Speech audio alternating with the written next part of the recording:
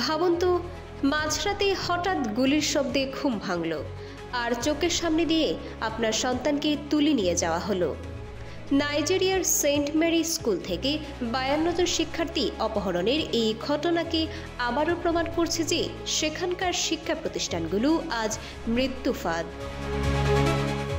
শুক্রবার ভোর রাত 2টায় নাইজেরিয়ার আগুয়ারাতে ঘটে এই হাড়হিম করা ঘটনা, যেখানে অস্ত্রধারী ডাকাতরা স্কুলের হোস্টেলে ঢুকে পড়ে এবং প্রায় 52 জন ছাত্রছাত্রী সহ শিক্ষক ও নিরাপত্তা কর্মীদের তুলে নিয়ে যায়, আর বাধা দিতে গিয়ে গুলিবিদ্ধ হন একজন গার্ড।